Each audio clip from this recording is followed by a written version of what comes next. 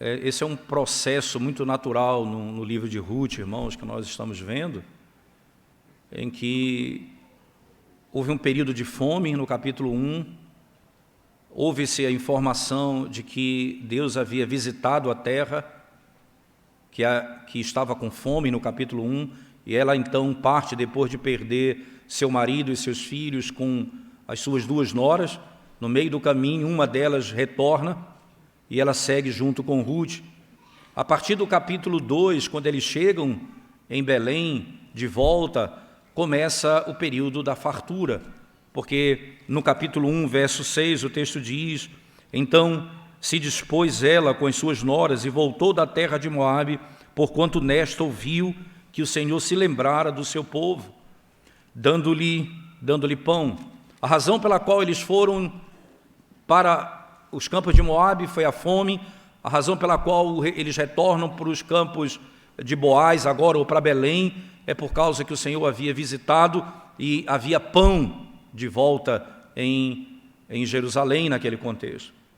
É bom lembrar que esse processo dessa grande mudança não descreve apenas a maturidade ou a produção de frutos ou de alimento físico, mas talvez do grande e maior fruto que a história pode imaginar, que é a manifestação da obra da redenção. É no contexto de morte e de falta de alimento que se revela a história da salvação. É nesse contexto. E com isso nós podemos trazer de volta a história de Israel para o período da própria criação de Adão e Eva, quando Deus os colocou no jardim do Éden e deu a eles alimento livremente, exceto da árvore do conhecimento do bem e do mal. Vocês vão lembrar que Adão e Eva cometeram um grave pecado, porque eles não eram apenas pessoas privadas, isto é, eles eram pessoas públicas, que a ação deles representava toda a raça humana. O pecado deles era o pecado de toda a raça humana. Então a morte se espalhou depois da queda, imediatamente naquele contexto. Então perceba que junto com isso veio cardos e abrolhos e a dificuldade na produção. Aquilo que Elimeleque e sua família sofreu, irmãos, aquilo que eles sofreram ali e tomaram a decisão de ir para longe do Senhor em busca de alimento, muitas vezes é a descrição clara daquilo que foi feito desde o período da queda.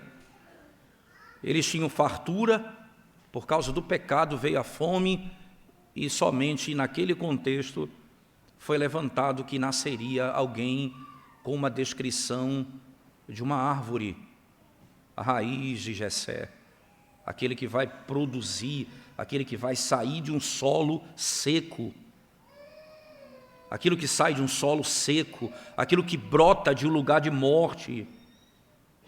E a esperança da redenção, não apenas das pessoas, mas da própria criação, está posta exatamente ali. Por que essa história nos leva a esse momento tão antigo da história bíblica? Porque o que nós estamos vendo aqui é o desenvolvimento daquela promessa. Foi naquele contexto de morte que se ouviu a promessa: nascerá da mulher aquele que esmagará a cabeça da serpente. É no contexto de morte que surge a promessa do nascimento de uma criança. Esse texto, irmãos, ele é um texto que descreve aqui uma virada muito grande na história. Aquela mulher que era chamada de amarga, agora percebe a bondade de Deus. Aquela que não conseguia ver nada de bom no que Deus estava fazendo, agora claramente declara com seus lábios a bondade do Senhor.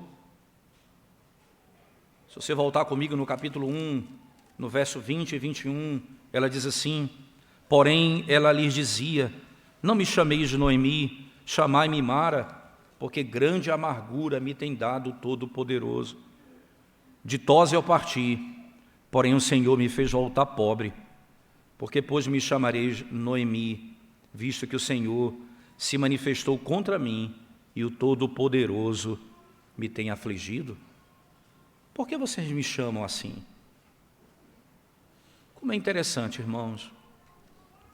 As nossas declarações nas circunstâncias da vida que vivemos, elas refletem não necessariamente a realidade do que Deus está fazendo, mas a realidade do meu próprio coração. A natureza do solo em que caiu essa semente. Porque o que Deus começa a fazer é glorioso. Se você for comigo de volta para o capítulo 2 do livro de Ruth, então você vai ouvir as palavras dela, da boca de Noemi. Verso 20, ela diz assim: então Noemi disse à sua nora: bendito seja ele do Senhor, que ainda não tem deixado a sua benevolência nem para com os vivos, nem para com os mortos. Bendito seja ele do Senhor, que não tem deixado a sua benevolência. Ela reconhece que Deus não abandonou a bondade dele para com os seus. E ela faz referência até mesmo aos que morreram, até mesmo naquele contexto. Você percebe que no desenvolvimento dessa história, irmãos, o fruto que começa a surgir dessa semente que foi plantada lá atrás em terra seca, no contexto de morte, é o mais glorioso dos frutos. Começa a produzir mudança profunda no coração de Noemi. As palavras que saem dos seus lábios são palavras que reconhecem a misericórdia de Deus, a bondade de Deus, o socorro de Deus para com o seu povo. Esse é o ponto central dessa história, podemos dizer assim, porque é pela primeira vez em todo o livro de Ruth aparece o termo redentor. É pela primeira vez em todo o livro que surge. É como se aquela semente que foi lançada lá atrás, ela produzisse o primeiro fruto. E a primeira vez que essa palavra surge no texto. Agora em solo diferente. O verso 20 diz assim, mais uma vez: disse-lhe mais Noemi: esse homem é nosso parente chegado e um dentre os nossos resgatadores. Falaremos sobre isso mais daqui a pouco, mas ele é um dos nossos resgatadores. A história, como o Senhor a conduz, é gloriosa, irmãos.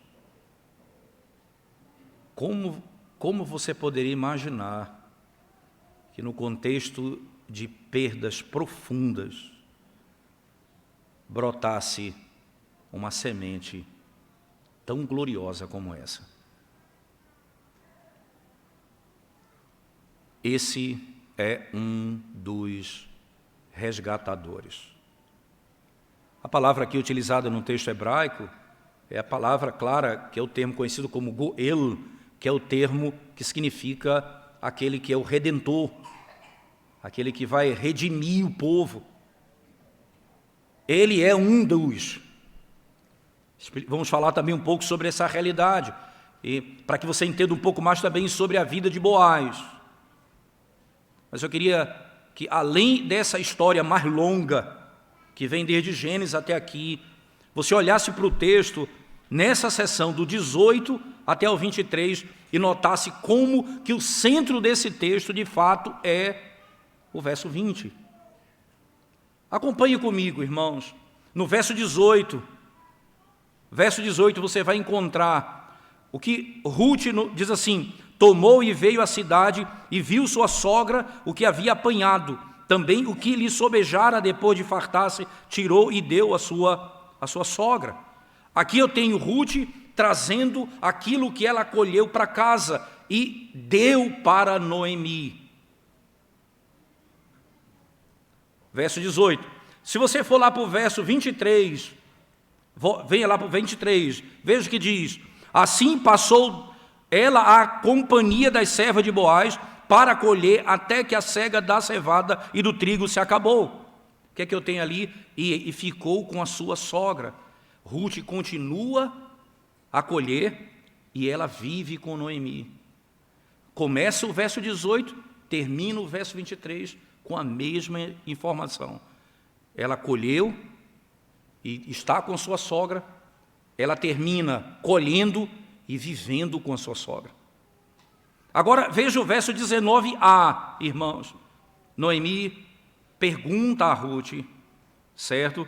Veja o verso 19a. Então lhe disse a sogra: onde colheste hoje? Onde trabalhaste? E aí eu tenho a indicação: bendito seja aquele que te acolheu favoravelmente. Por favor, se você olhar agora no 22 apenas, veja o 22. Disse Noemi a sua nora: Ruth, bom será, filha minha, que saias com as servas dele, para que noutro campo não te molestem. Aqui Noemi pronuncia a boa situação que ela se encontra. Lá no 19a, Noemi pergunta a Ruth e a abençoa. E abençoa aquele que a abençoa. Agora, no 22, ela pronuncia que a situação que ela se encontra é a melhor. Ela deve permanecer naquela situação. Se você for agora para o 19b, lá ela pergunta, Ruth vai dizer a ela, depois, diante da pergunta, o nome daquele que abençoa. Veja o 19b. E Ruth contou à sua sogra onde havia trabalhado e disse: o nome do Senhor em cujo campo trabalhei é Boaz. Agora veja o verso 21. O 21 diz assim: continuou Ruth a moabita, também ainda me disse: com os meus servos ficarás, até que acabem toda a cega que tenho. Aqui ela oferece mais informações sobre Boaz. No verso 19b, ela diz o nome dele, e no 21 ela acrescenta mais informações sobre ele, o que ele disse a ela. E aí eu tenho então o centro do texto, o verso 20a. O 20a diz assim: Noemi o abençoou através de Yahvé. Então Noemi disse à sua nora: bendito seja ele do Senhor, que ainda não tem deixado a sua benevolência, nem para com os vivos, nem para com os mortos. E aí no verso 20b, Noemi reconhece: ele é o Redentor de Yahvé. Na parte B do verso 20, disse-lhe mais Noemi: esse homem é nosso parente chegado e um dentre os nossos resgatadores.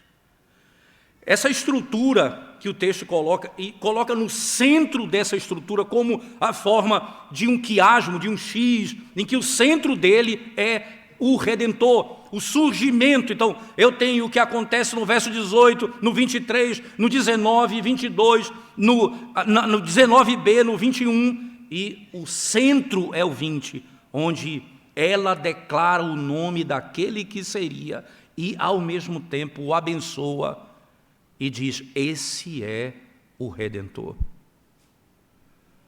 A história culmina, toda a história culmina nessa informação. Tudo o que aconteceu foi para que soubéssemos disso. Noemi disse: ele é um daqueles que pode redimir a sua vida. É um daqueles que pode redimir a sua vida. Não apenas ela, mas até mesmo a própria história de Noemi em si. Nós vamos ver isso um pouco mais adiante. Então, tendo esse conceito em mente, irmãos, esse aspecto central do texto, nós podemos então rapidamente pensar em alguns princípios importantes para a compreensão desse texto. Lembra que agora Noemi vai reconhecer a bondade do Senhor. O nome dela era Mara. Ela disse, não me chame Noemi. Mas é interessante que ninguém vai chamá-la de Mara, não é? É interessante que ninguém no texto vai chamá-la da maneira como ela queria que ela fosse chamada. Ela sempre vai ter o nome de Noemi. Porque a mudança do nome, nesse sentido, não é feita pelo homem, é feita por Deus. Foi Deus que transformou Jacó em Israel. Foi Deus que transformou Abrão em Abraão. Não foi o próprio Abraão. Não é Noemi que vai ser chamada de Mara. Os sentimentos dela ou as angústias da alma dela não dão poder a ela de dizer o que ela é. E normalmente é isso que acontece conosco.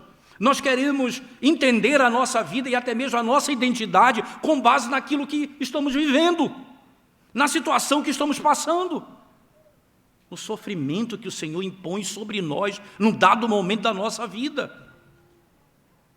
Não me chamem mais. O Senhor se esqueceu de mim, a bondade dele se foi. Porque, irmãos, a semente, quando cai na terra, ela vai passar por um processo de sofrimento. A descrição de uma semente que cai na terra é de uma semente que morreu. Se não morrer, não haverá vida. Se a semente não morrer, ela não produzirá vida.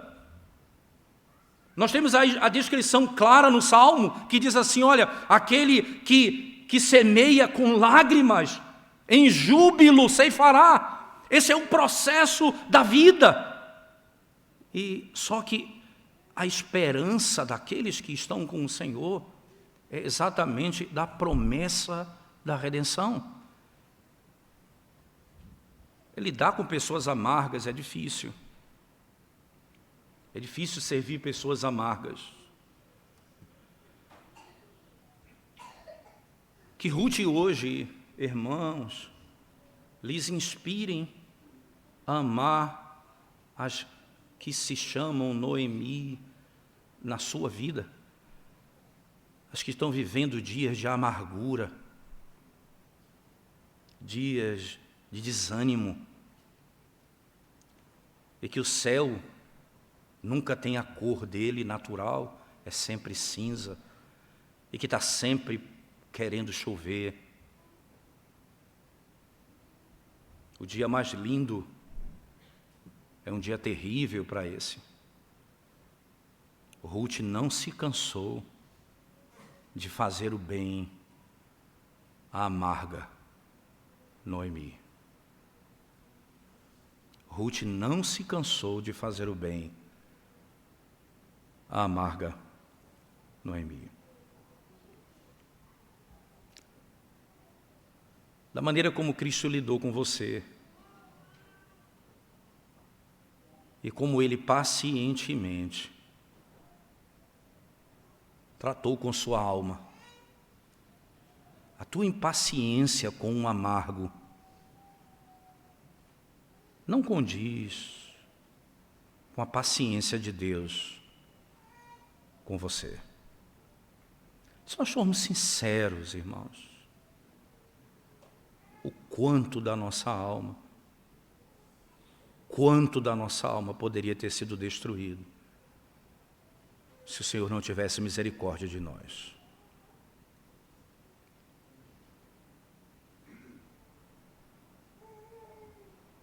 Eu olho hoje para a minha vida me aproximando dos 52 anos de idade. O pouco que o Senhor me deu a amadurecer foi debaixo de muita dor. Você olha para trás e diz, como Deus é paciente. Como Deus é bom.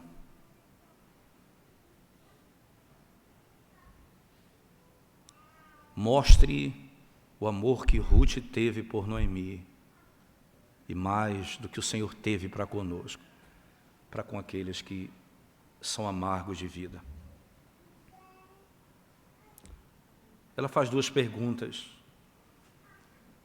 Noemi faz duas perguntas no texto. E essas perguntas ela nem espera a resposta. ela está tão animada com aquilo que ela viu, porque ela viu fome, ela viu morte, e de repente a sua nora chega com muito alimento. Diz os estudiosos que Ruth não era apenas trabalhadora em termos de... ela colheu muito, e colheu muito porque Boaz abriu as portas para que ela colhesse muito. Mas ela também levou muito para casa, a ponto de saltar aos olhos de Noemi o que ela estava vendo.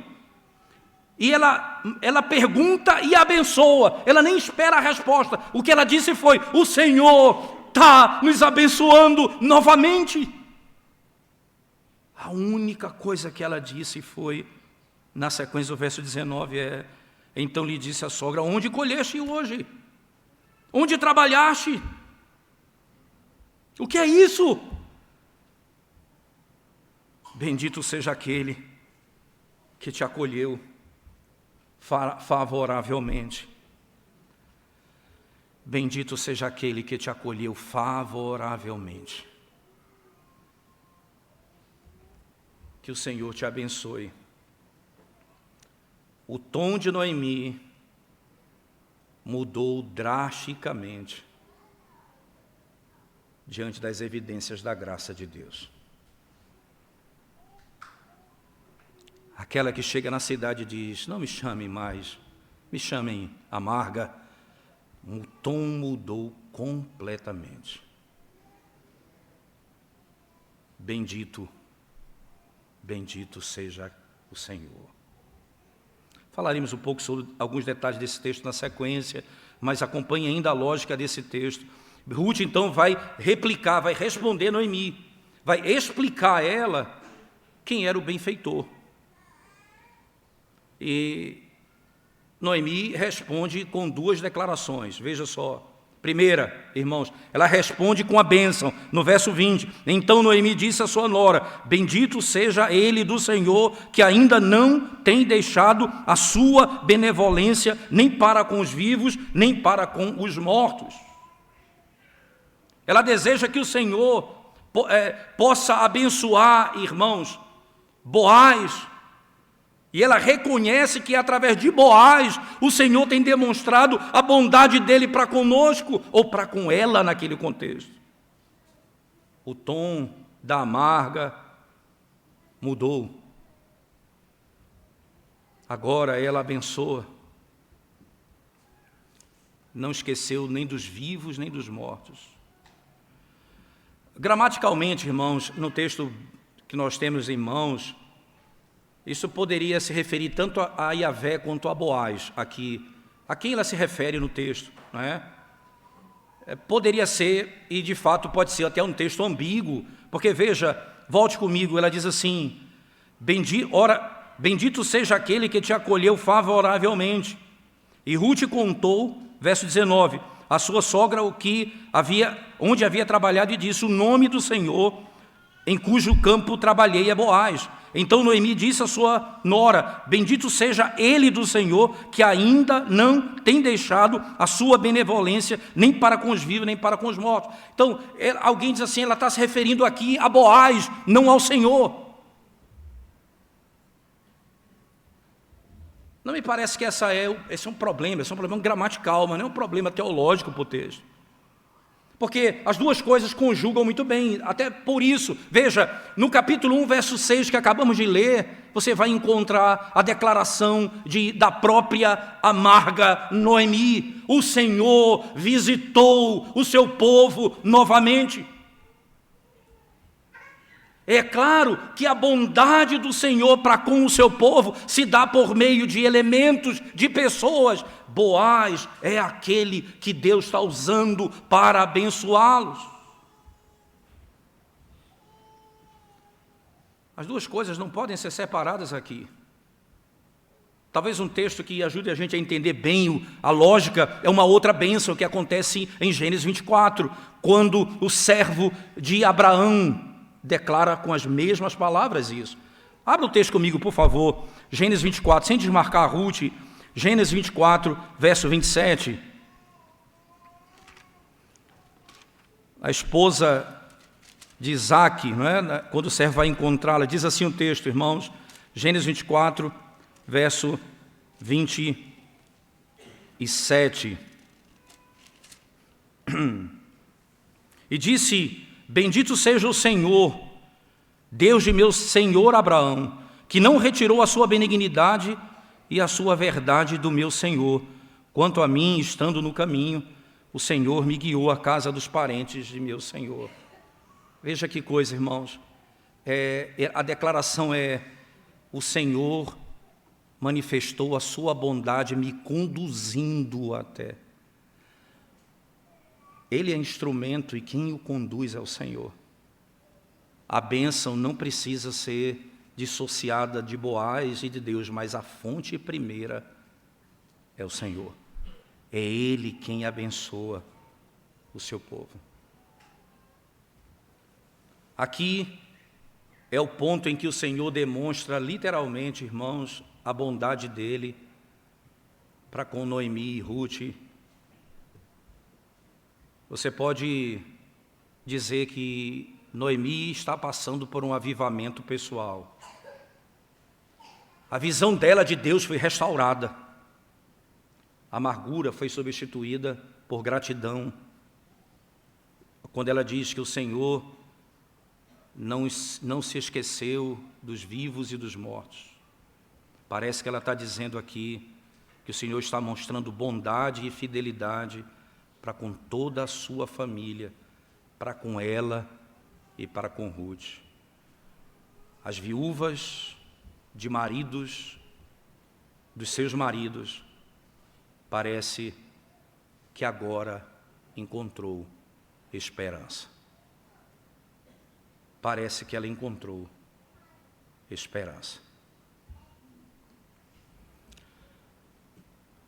Se você está vivendo num tempo de sofrimento, de angústia e de profunda tristeza hoje, permita mais uma vez que aquilo que Deus fez com Noemi encoraje você hoje. O choro pode durar uma noite, mas a alegria vem ao amanhecer. É possível, irmãos, chorar à noite e dançar pela manhã. Nós somos lembrados aqui e é isso que precisa encorajá-los. E a base desse futuro e dessa esperança repousa no que o verso 20 vai dizer: encontramos o Redentor. Encontramos o Redentor. O verso 20 então nos leva ao foco, ao centro de todo esse texto. Eu queria que você, para entender o que está acontecendo aqui com essa palavra, resgatador, resgatadores, você entendesse um pouco lá atrás no Pentateuco. Volte comigo, por favor, em Levítico 25. Abra sua Bíblia comigo. Levítico 25.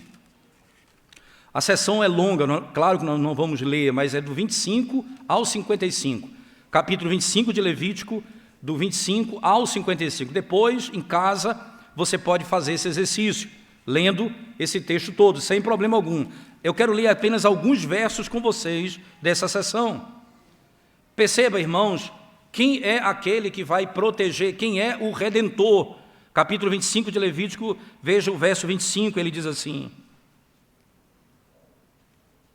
se teu irmão empobrecer e vender alguma parte das suas possessões, então virá o seu resgatador, seu parente, e resgatará o que seu irmão vendeu. Esse é o ponto. Do 47 ao 49, no mesmo texto, veja o que diz: quando o estrangeiro ou peregrino que está contigo se tornar rico e teu irmão junto dele empobrecer e vender-se ao estrangeiro ou peregrino que está contigo ou alguém da família do estrangeiro, depois de haver se vendido, haverá ainda resgate para ele. Um de seus irmãos poderá resgatá-lo. Um de seus irmãos poderá resgatá-lo. E aí ele continua: seu tio ou primo o resgatará, ou um dos seus parente da sua família, o resgatará. Ou, se lograr meios, se resgatará a si mesmo. E aí, do 48, e aí eu tenho, irmãos, no verso 39 a 40, volte comigo, ele diz assim: também se teu irmão empobrecer, estando ele contigo, e vender-se a ti, não o farás servir como escravo, como jornaleiro e peregrino estará contigo, até o ano do jubileu ele te servirá. Aí o verso 48 e 49 diz assim: depois de haver se vendido, haverá ainda resgate para ele, um de seus irmãos poderá resgatá-lo. Um de seus irmãos poderá resgatá-lo. Se você ainda tiver mais detalhes sobre esse resgatador, o que ele faz, a família, de onde ele procede, você vai para Deuteronômio ainda, capítulo 25, por favor. Lá são apenas alguns versos que eu queria ler com vocês. Deuteronômio 25, verso 5 em diante, diz assim um texto, sobre a lei do levirato. Ele diz assim: se irmãos morarem juntos e um deles morrer sem filhos, então a mulher do que morreu não se casará com outro estranho, fora da família. Seu cunhado a tomará e a receberá por mulher e exercerá para com ela a obrigação de cunhado. O primogênito que ela lhe der será sucessor do nome do seu irmão falecido, para que o nome deste não se apague em Israel. Porém, se o homem não quiser tomar sua cunhada, subirá este à porta aos anciãos e dirá: meu cunhado recusa suscitar a seu irmão nome em Israel, não quer exercer para comigo a obrigação de cunhado. Então os anciãos da sua cidade devem chamá-lo e falar-lhe, e se ele persistir e disser: não quero tomá-la, então sua cunhada se chegará a ele na presença dos anciãos e lhe descalçará a sandália do pé e lhe cuspirá no rosto e protestará e dirá: assim será, assim se fará o homem que não quer edificar a casa de seu irmão. O nome de sua casa se chamará Israel, a casa do descalçado, a casa do descalçado. Isso aqui, irmãos, só para você entender que o que está, esse resgatador que surge no texto, ele surge dentro de da lei de Israel. É isso que está previsto na própria lei do Senhor, como deveria acontecer. Então, não é do nada isso, isso é parte da revelação. A situação de Ruth, irmãos, ela não se adequa às provisões de Levítico nem de Deuteronômio. Esse é o problema. Primeiro, um comentarista dá algumas razões, ele diz: primeiro, Noemi e Ruth não estavam em dívida, elas não estavam escravizadas. Elas eram pobres, mas elas não precisavam ser compradas por ninguém. Além do que, Ruth era uma viúva. A lei não trata, irmãos, no que diz respeito a questões das obrigações com ela. Perceba, porque esse redentor aqui, ele não tinha nenhuma obrigação para com uma estrangeira. Ela não deveria ter casado e ter entrado na família. Em primeiro lugar, ela é uma estrangeira. Não é certo que Ruth estaria esperando alguma coisa nesse sentido, um casamento nesse sentido. Tanto é que quem destaca isso é Noemi, não Ruth. Mas, em segundo lugar, Boaz não era um irmão de Malom ou de Quilion, nem mesmo de Elimeleque. Ele era um parente da família, parte do mesmo clã. Ele tinha o direito de agir como redentor se ele quisesse. Era a decisão dele. Mas ele não era obrigado a fazer isso. Como você vai perceber isso na sequência. Veja, no capítulo 4 do livro de Ruth, veja o que diz o texto, por favor.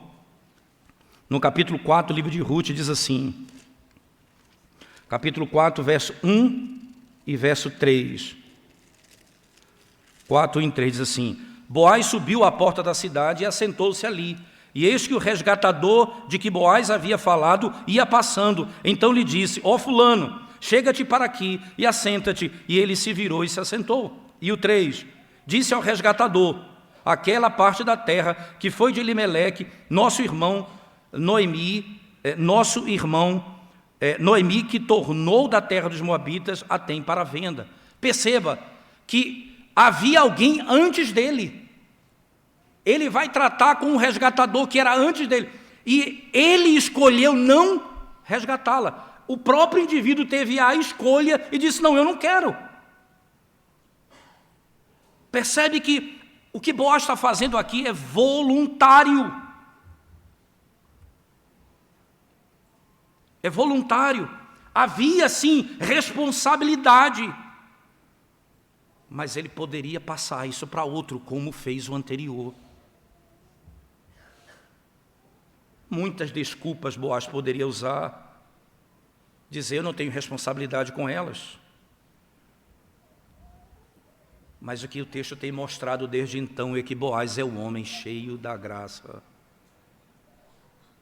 Não é um homem que busca mínimo requerimento para fazer o que deve ser feito. Ele é motivado pelo amor.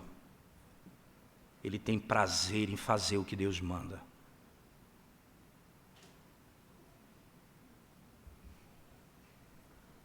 Os céus começam a ficar mais azul para Noemi. O texto parece muito claro. Chegou aquele que voluntariamente vai resgatar a família e vai dar nome ao morto. Como é impressionante a maneira como o texto flui, irmãos. Porque no 21 do capítulo 2, ela diz assim: continuou Rute, a moabita, também ainda me disse: com os meus servos ficarás até que acabem toda a cega que tenho. Que coisa! Ele ainda me disse isso. Ele não apenas fez isso, ele ainda fez isso. Você vai ficar com as minhas servas até que acabe toda a cega que tenho. O narrador nos lembra que ela é moabita, o verso 21. Rute, a moabita. O narrador não nos deixa esquecer que ela é uma estrangeira. O narrador nos faz saber que o Senhor ama o órfão, a viúva e o estrangeiro. É aquele que acolhe o seu povo. Literalmente acolhe o seu povo. Qual o conselho, diante de toda a bondade de Deus que Noemi vê na vida de Ruth e da sua casa, qual o conselho que ela dá para sua nora? O conselho do verso 22 é esse: disse Noemi a sua nora: Ruth, bom será, filha minha, que saias com as servas dele, para que noutro campo não te molestem. Bom será que você faça aquilo que ele disse. Eu tenho aqui duas coisas interessantes. Primeiro, o amor dos pais para com seus filhos na figura da relação da sogra, da nora com a sua sogra, como ela zela pela vida dela e como que ela vive na casa dela. É interessante que o verso 23 termina dizendo que ela continuou na casa de Noemi, isto é, ela ainda precisava de uma casa, ela ia encontrar o seu marido, e Boaz era aquele que iria tirá-la de casa. Mas ainda, enquanto ela estava em casa, naquele contexto, ela zela pelo bem-estar da sua sogra. E o que a sua sogra faz? Lhe aconselha muito bem.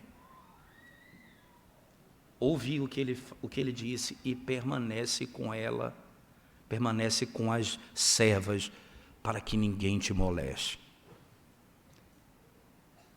Tanto Boaz preserva a pureza de Ruth, quanto Noemi preserva a pureza dela. Segue esse conselho que é o melhor para você. É assim que a Bíblia mostra, irmãos. As mulheres mais velhas ensinam as mais jovens como amar o seu marido, e aqui como viver uma vida pura, como se vestir,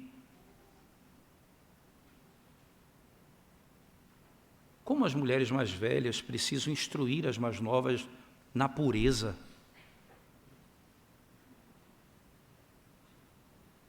As mulheres mais velhas precisam dizer às mais novas que elas devem se vestir de maneira que não atraia o olhar impuro, que elas devem preservar o seu corpo para que ninguém, a não ser aquele que o Senhor lhe dará por marido, o veja.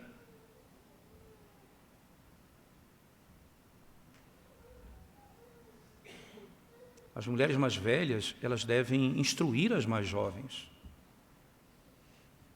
E as mais jovens devem amar ouvir a instrução das mais velhas. Porque todo o cuidado dela é para que ninguém a moleste, para que ninguém olhe para ela e tente fazer mal a ela. No lugar onde ela trabalha com homens no campo, Boaz a protegeu e Ruth disse: segue esse conselho que é bom para você. Que tipo de conselho você dá às suas filhas? Que tipo de conselho você dá aos jovens da igreja? A maneira como você se veste é exemplo de pureza para os mais jovens? O que podemos ensinar às pessoas sobre isso? A preocupação no verso 22 é: bom será, filha minha, que saias com as servas dele, para que no outro campo não te molestem. E o que é que a serva, o que é que a jovem faz? Obedece à instrução dos mais velhos. Foi que Ruth fez no verso 23. Assim passou ela a companhia das servas de Boaz, para colher até que a cega da cevada e do trigo se acabou, e ficou com a sua sogra. Ela ouviu o conselho dela. Diante dessas verdades, eu queria rapidamente fazer algumas poucas aplicações para a nossa vida diante do que nós ouvimos hoje aqui, irmãos. Primeira coisa é um aspecto teológico que eu queria frisar aqui com vocês, que eu já falei um pouco da questão da ceia, que eu falei um pouco da questão da queda e da promessa do Redentor. Eu queria voltar um pouco a esse texto, mas agora pensando no contexto de Juízes. Juízes era um tempo onde havia morte e iniquidade, tempo após tempo. Levantava-se um juiz, morria o juiz, Israel voltava a fazer tudo o que era pecaminoso. Não havia um exemplo no meio deles. E os últimos 3 juízes, envolvendo até o próprio Sansão, foram homens que tinham uma prática de vida estranha e que não serviam de padrão para os outros no modo como eles viviam. E no meio desse contexto, Elimeleque era um desses que resolve lidar com as circunstâncias causadas pelo pecado do que com o próprio pecado em si. Ele vai em busca de comida, não há razão que levou à fome. A fome veio por causa do pecado. E ele conduz a sua família para a morte, como Adão fez.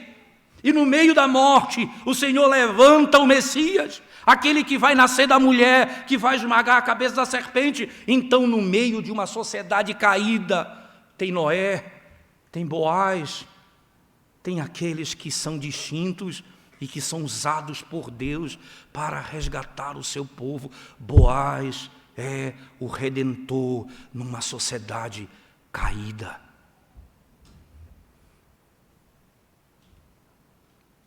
Esse é o contexto que descreve a figura da morte e da ressurreição,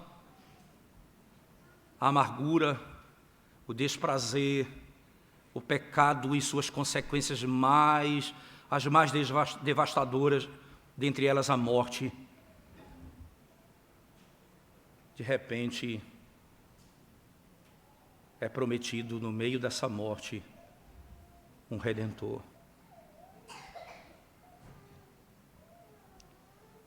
Não são apenas os frutos da terra que vão nascer e serem colhidos aqui, mas os melhores frutos da alma.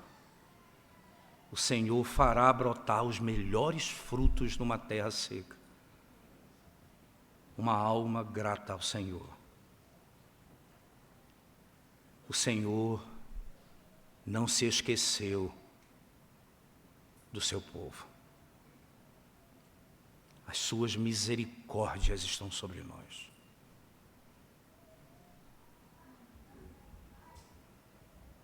No contexto de Juízes, me faz lembrar ainda o que o Salmo 89, verso 19, descreve no contexto da vinda do Redentor.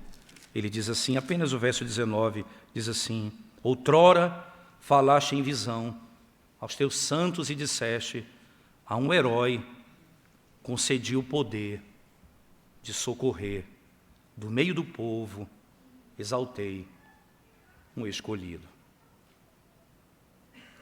Eu levantei um herói que tem poder para socorrer.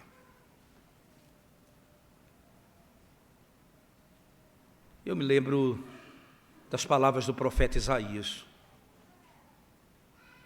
quando ele diz assim que o pecado nos separa de Deus e o pecado nos degenera, as nossas mãos, os nossos dedos, os nossos lábios, a nossa língua.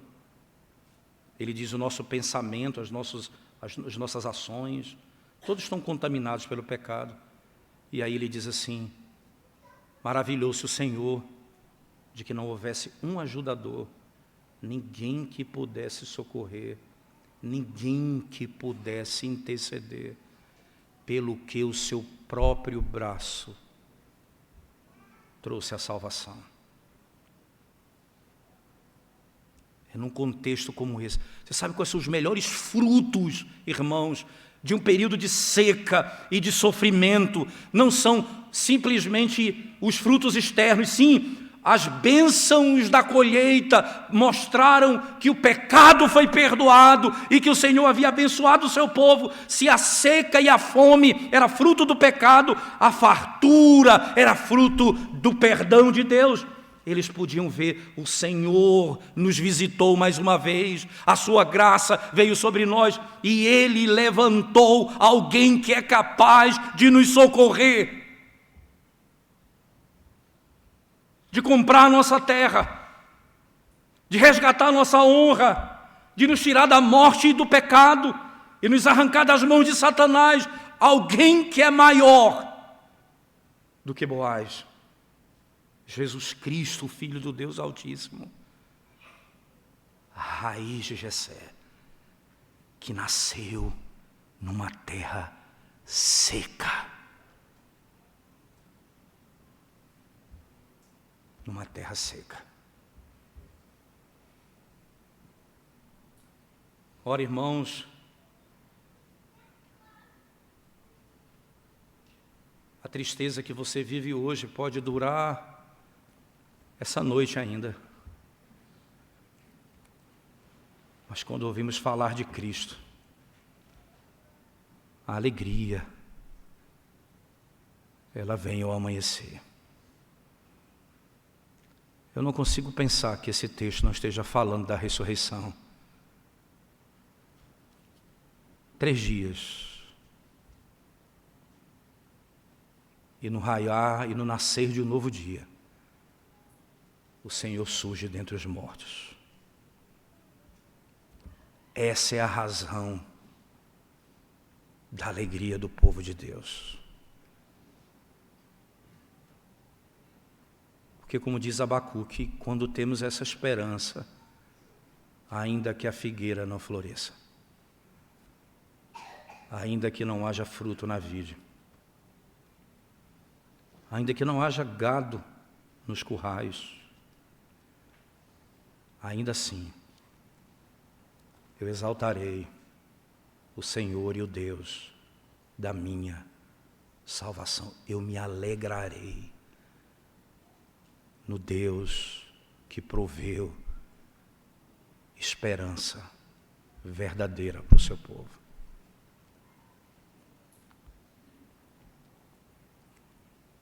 Como é bom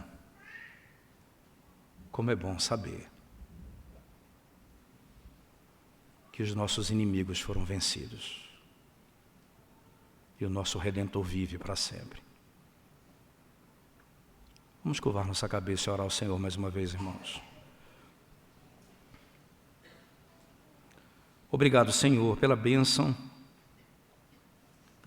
dessa manhã do Teu santo dia, em podermos ouvir a Tua voz e sermos desafiados, ó Deus, a confiar em Ti em dias de muitas nuvens no céu, de escuridade, porque a nossa esperança está posta em Ti, o nosso Redentor e Salvador Jesus Cristo. É nele, somente nele, que nós podemos encontrar a salvação. Aquele que veio voluntariamente, por amor, se entregou, por amor, deu a vida por nós. Bendito seja o Senhor. A Ele seja a honra e a glória pelos séculos dos séculos. No nome dele oramos. Amém, Senhor Deus.